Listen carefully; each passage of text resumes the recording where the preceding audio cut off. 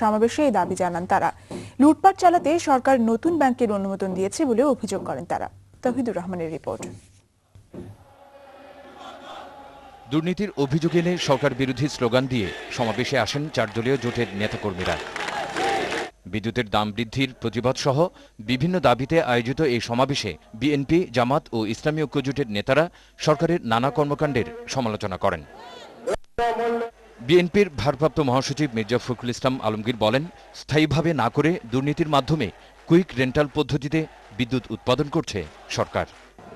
বলছে 8 ঘন্টা 12 ঘন্টা বিদ্যুৎ দেবে না। যে আপনারা কেন সরকার গঠন করেছেন? জনগণ আপনাদেরকে আপনারা বলেন যে নির্বাচিত করেছেন, তাই যদি হয় জনগণের সমস্যার সমাধান না করে আজকে আপনারা সম্পূর্ণ অন্য বিষয় নিয়ে ব্যস্ত হয়ে পড়েছেন।